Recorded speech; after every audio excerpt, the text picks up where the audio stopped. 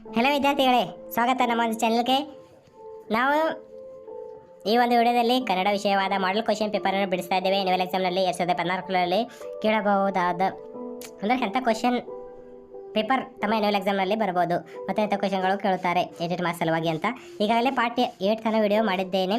ಆ ವಿಡಿಯೋಗಳ ಲಿಂಕ್ ಈ ವಿಡಿಯೋನ ಡಿಸ್ಕ್ರಿಪ್ಷನಲ್ಲಿ ತಮಗೆ ಕೊಡ್ತೇನೆ. ತಾವು ಆಮೇಲೆ ವಿಡಿಯೋ ನೋಡಿ ಮೇಲೆ ಈ ವಿಡಿಯೋ ನೋಡಿ, ಇಲ್ಲವಾದರೆ ತಮಗೆ ಏನು ಕೇಳುವುದಿಲ್ಲ. ಮತ್ತು ನಮ್ಮ ಚಾನಲನ್ನು ಸಬ್ಸ್ಕ್ರೈಬ್ ಮಾಡಿಲ್ಲ ಅಂದರೆ ಸಬ್ಸ್ಕ್ರೈಬ್ ಮಾಡಿಕೊಳ್ಳಿ, ಏಕೆಂದರೆ ಮುಂದೆ ಎಲ್ಲ ವಿಷಯದ ಇದೇ ಥರದ ಮಾಡಲ್ ಕ್ವಶನನ್ನು ನಾವು ಬಿಡಿಸ್ತಾ ಇರ್ತೇನೆ. ಮತ್ತು 24 ತಾರೀಕಿಗೆ ಲೈವ್ ಬಂದಿಗೆ ಸೊ ಅವತ್ತು ಇಂಪಾರ್ಟೆಂಟ್ ಕನ್ನಡಕ್ಕೆ ಯಾವ ಕ್ವಶನ್ಗಳು ಇಂಪಾರ್ಟೆಂಟ್, ಯಾವ ಗ್ರಾಮರ್ ಇಂಪಾರ್ಟೆಂಟ್ ಅಂತ ಹೇಳ್ತೇನೆ. ಅಸಲಕ್ಕೆ ನಮ್ಮ ಚಾನಲ್ ಈಗಾಗಲೇ ಸಬ್ಸ್ಕ್ರೈಬ್ ಮಾಡಿಕೊಳ್ಳಿ. ಅವತ್ತು ಈಸಿ ಆಯಿತು ನಮಗೂ, ಸುಮ್ಮನೆ ಹುಡುಕೋದು ಬೇಡ ಆಮೇಲೆ ಎಲ್ಲದ ಚಾನಲ್ ಅಂತ. ಕಪ್ಪದಿಸಿ ಸಬ್ಸ್ಕ್ರೈಬ್ ಮಾಡಿಕೊಳ್ಳಿ ಮತ್ತು ಬೆಲ್ ನೋಟಿಫಿಕೇಶನ್ ಆನ್ ಮಾಡಿಕೊಳ್ಳಿ. ನಡೀಗ ವಿಡಿಯೋ ಶುರು ಮಾಡಮೆ.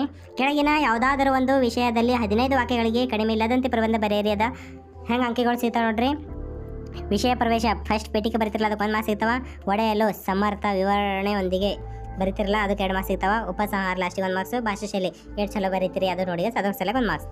45ನೇ ನೋಡ್ರಿ, ರಾಷ್ಟ್ರೀಯ ಭಾವೈಕ್ಯತೆ ಪ್ರಬಂಧ ಇದೆ, ಇಂಪಾರ್ಟೆಂಟ್ ಇದೆ, ಇದು ತಮಗೆ ಬರಬೇಕು. ಪೀಠಿಕೆ ನೋಡ್ರಿ, ಭಾರತವು ಒಂದು ಜಾತ್ಯತೀತ ರಾಷ್ಟ್ರ. ನಮ್ಮ ದೇಶವು ಪ್ರಭುತ್ವ ತಳಹಳದಿಯ ಮೇಲೆ ರೂಪಿತವಾಗಿದೆ. ನಮ್ಮ ದೇಶದಲ್ಲಿ ಅನೇಕ ಧರ್ಮಗಳು, ಭಾಷೆಗಳು, ವೇಷಭೂಷಣಗಳು, ಆಹಾರ ಪದ್ಧತಿಗಳು, ಆಚರಣೆಗಳು, ಸಂಸ್ಕೃತಿಗಳು ಕಂಡುಬರುತ್ತವೆ. ವಿವಿಧತೆಯಲ್ಲಿ ಏಕತೆ ಎಂಬುದು ನಮ್ಮ ದೇಶದ ಪರಂಪರೆಯಾಗಿದೆ. ವಿಷಯ ನಿರೂಪಣೆ. ಈ ರೀತಿಯ ಬಹುಮುಖಿ ಸಂಸ್ಕೃತಿಯನ್ನುಳ್ಳ ಈ ದೇಶದಲ್ಲಿ ಏಕತೆಯನ್ನು ಮೂಡಿಸುವುದು ಸವಾಲಿನ ಕಾರ್ಯವಾಗಿದೆ. ಆದರೆ ನಮ್ಮ ಸಂಸ್ಕೃತಿಯ ಪರಮತ ಸಹಿಷ್ಣುತೆಯನ್ನು ವೇದ ಕಾಲದಿಂದಲೂ ಬೋಧಿಸಿಕೊಂಡು ಬಂದಿರುವುದರಿಂದ ಸಬಾಳ್ವೆ ಮಾಡುವುದು ಇಂದು ಎಲ್ಲರಿಗೂ ಸಾಧ್ಯವಾಗಿದೆ. ವಸುದೈವ ಕುಟುಂಬಕಂ ಸರ್ವೇ ಜನಾಂ ಸುಖಿನೋ ಭವಂತು ಎಂಬುದು ನಮ್ಮ ನಾಡಿನ ಧ್ಯೇಯವಾಗಿದೆ. ಆದರೂ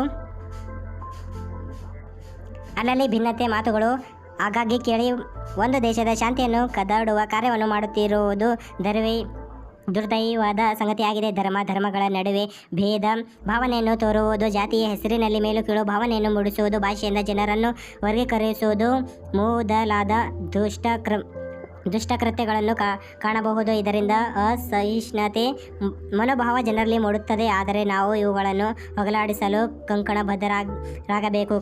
ರಾಷ್ಟ್ರೀಯ ಹಬ್ಬಗಳ ಆಚರಣೆಗಳ ಮೂಲಕ ಜನರನ್ನು ಜಾಗೃತಗೊಳಿಸಬೇಕು. ರಾಷ್ಟ್ರಧ್ವಜ, ರಾಷ್ಟ್ರಗೀತೆಯ ಬಗ್ಗೆ ಅಭಿಮಾನ ಮೂಡಿಸಬೇಕು. ಎಲ್ಲ ಧರ್ಮಗಳ ಸಾರವು ಒಂದೇ ಎಂಬುದನ್ನು ಅರಿತರೆ ಧಾರ್ಮಿಕ ಅಸಹಿಷ್ಣುತೆಗೆ ಅವಕಾಶ ಇರುವುದಿಲ್ಲ. ನಾವೆಲ್ಲರೂ ಭಾರತ ಮಾತೆಯ ಮಕ್ಕಳು ಎಂಬ ಭಾವ ಮೂಡಿದಾಗ ಜಾತಿ, ಮತ, ಭಾಷೆಗಳ ಭೇದ ಭಾವಕ್ಕೆ ಅವಕಾಶ ಇರುವುದಿಲ್ಲ. ದೇಶ ಪ್ರೇಮಿಯನ್ನು ಮನದಲ್ಲೂ ಮೂಡಿಕೊಳ್ಳಬೇಕು. ರಾಷ್ಟ್ರೀಯ ಭಾವೈಕ್ಯತೆಗೆ ಭಂಗ ತರಹಂತಹ ದುಷ್ಟ ಶಕ್ತಿಗಳನ್ನು ಗುರುತಿಸಿ ಅವರ ವಿರುದ್ಧ ಕಾನೂನು ಕ್ರಮಗೊಂಡು ಉಗ್ರವಾದ ಶಿಕ್ಷೆ ನೀಡಬೇಕು. ರಾಷ್ಟ್ರೀಯ ಭಾವೈಕ್ಯವನ್ನು ಕಾಪಾಡುತ್ತಾ ನಮ್ಮ ನಡೆಯಿರಬೇಕು. ಉಪಸಂಹಾರ. ಶಾಲಾ ಕಾಲೇಜುಗಳಲ್ಲಿ ರಾಷ್ಟ್ರೀಯ ಭಾವೈಕ್ಯವನ್ನು ಉಂಟು ಮಾಡುವ ಕಾರ್ಯಕ್ರಮಗಳನ್ನು ನಡೆಸುವುದರ ಮೂಲಕ ಬಾಲಕರಲ್ಲಿ, ಯುವಕರಲ್ಲಿ ದೇಶಾಭಿಮಾನ ಮೂಡಿಸುವ ಕಾರ್ಯವನ್ನು ಮಾಡಬೇಕು. ರಾಷ್ಟ್ರೀಯ ಹಬ್ಬಗಳ ಆಚರಣೆಯನ್ನು ವೈಭವದಿಂದ ನಡೆಸಬೇಕು. ನಾವೆಲ್ಲರೂ ಭಾರತೀಯರು, ನಾವೆಲ್ಲರೂ ಒಂದೇ ಎಂಬ ಮನೋಭಾವದಿಂದ ದೇಶಪ್ರೇಮವನ್ನು ಬೆಳೆಸಿಕೊಳ್ಳಬೇಕು. ಆಗ ಮಾತ್ರ ರಾಷ್ಟ್ರೀಯ ಭಾವೈಕ್ಯವನ್ನು ಕಾಪಾಡುವುದು ಸಾಧ್ಯ ಎಂಬುದು ನನ್ನ ಅಭಿಪ್ರಾಯವಾಗಿದೆ. ಅಥವಾ ಸಾಮಾಜಿಕ ಪಿಡುಗುಗಳು. ಪ್ರಸ್ತಾವನೆ ಸಮಾಜದ ಪ್ರಗತಿಗೆ ಅಥವಾ ವ್ಯಕ್ತಿಯ ವ್ಯಕ್ತಿತ್ವದ ವಿಕಸನಕ್ಕೆ ಅಡ್ಡಿಯನ್ನು ಉಂಟು ಮಾಡುವ ಶಕ್ತಿಗಳನ್ನು ಸಾಮಾಜಿಕ ಪಿಡುಗುಗಳು ಎನ್ನುವರು. ತಲಾಂತರದಿಂದ ಸಮಾಜಕ್ಕೆ ಅಂಟಿಕೊಂಡು ಬಂದ ಸಾಮಾಜಿಕ ಪಿಡುಗುಗಳಿವೆ.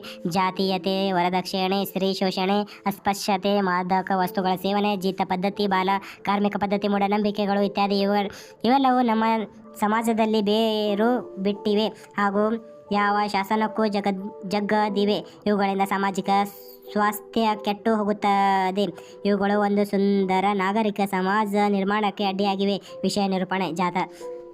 ಜಾತೀಯತೆಯಿಂದ ಮೇಲುಕೀಳು ಭಾವನೆ ಉಂಟಾಗಿ ಜನರಲ್ಲಿ ದ್ವೇಷ, ಅಸೂಯೆ, ಶಾಂತಿ ಮೂಡಿ ದೇಶದ ಅಭಿವೃದ್ಧಿಗೆ ಮಾರಕವಾಗಿ ಪರಿಗಣಿಸಿದೆ. ವರದಕ್ಷಿಣೆ ಎಂದರೆ ಮದುವೆಯ ಸಮಯದಲ್ಲಿ ಹೆಣ್ಣು ಹೆತ್ತವರು ಮದುವೆಯ ಗಂಡಿಗೆ ಕೊಡಬೇಕಾದ ದಕ್ಷಿಣೆ. ವರದಕ್ಷಿಣೆಯನ್ನು ಮೊದಲು ಹೆಣ್ಣು ಹೆತ್ತವರು ಪ್ರೀತಿಯಿಂದ ಕೊಡುತ್ತಿದ್ದರೂ ಕೊಡಲೇ ಬೇಕೆಂಬ ಒತ್ತಾಯವಿರಲಿಲ್ಲ. ಆದರೆ ಈಗ ಕಾಲ ಬದಲಾಗಿದೆ. ವರದಕ್ಷಿಣೆ ಕೊಡುವುದು ಕಡ್ಡಾಯ ಎನ್ನುವಂತೆ ಆಗಿದೆ. ನಮ್ಮ ದೇಶದಲ್ಲಿ ಸ್ತ್ರೀ ಶೋಷಣೆಯು ಅವ್ಯಾಹತವಾಗಿ ನಡೆಯುತ್ತಿದೆ. ಸ್ತ್ರೀ ಭ್ರೂಣ ಹತ್ಯೆ, ದೇವದಾಸಿ ಪದ್ಧತಿ, ವೇಶ್ಯಾವಾಟಿಕೆ, ಅತ್ಯಾಚಾರಗಳಿಂದ ಹೆಣ್ಣು ಮಕ್ಕಳ ಬದುಕು ದುರ್ಬಲವಾಗುತ್ತಿದೆ. ಅಸ್ಪೃಶ್ಯತೆ ಭಾರತಕ್ಕೆ ಅಂಟಿದ ಶಾಪ. ಇದನ್ನು ಆಚರಿಸುವುದು ಮಹಾಪರಾಧ. ಮಾದಕ ವಸ್ತುಗಳ ಸೇವನೆಯಿಂದ ಇಂದಿನ ಯುವ ಜನಾಂಗ ದಾರಿ ತಪ್ಪಿದೆ. ಮದ್ಯಪಾನ, ಧೂಮಪಾನ, ಮಾದಕ ಪದಾರ್ಥಗಳ ಸೇವನೆಯ ದುಶ್ಚಟಪಟಗಳಿಂದ ಸಮಾಜದ ಶಾಂತಿಗೆ ಭಂಗ ಉಂಟಾಗುತ್ತಿದೆ. ಜೀತ ಪದ್ಧತಿಯಿಂದ ವ್ಯಕ್ತಿಯ ಶೋಷಣೆಯಾಗಿ ಸ್ವಾಭಿಮಾನಕ್ಕೆ ಧಕ್ಕೆಯನ್ನು ಉಂಟುಮಾಡುತ್ತಿದೆ.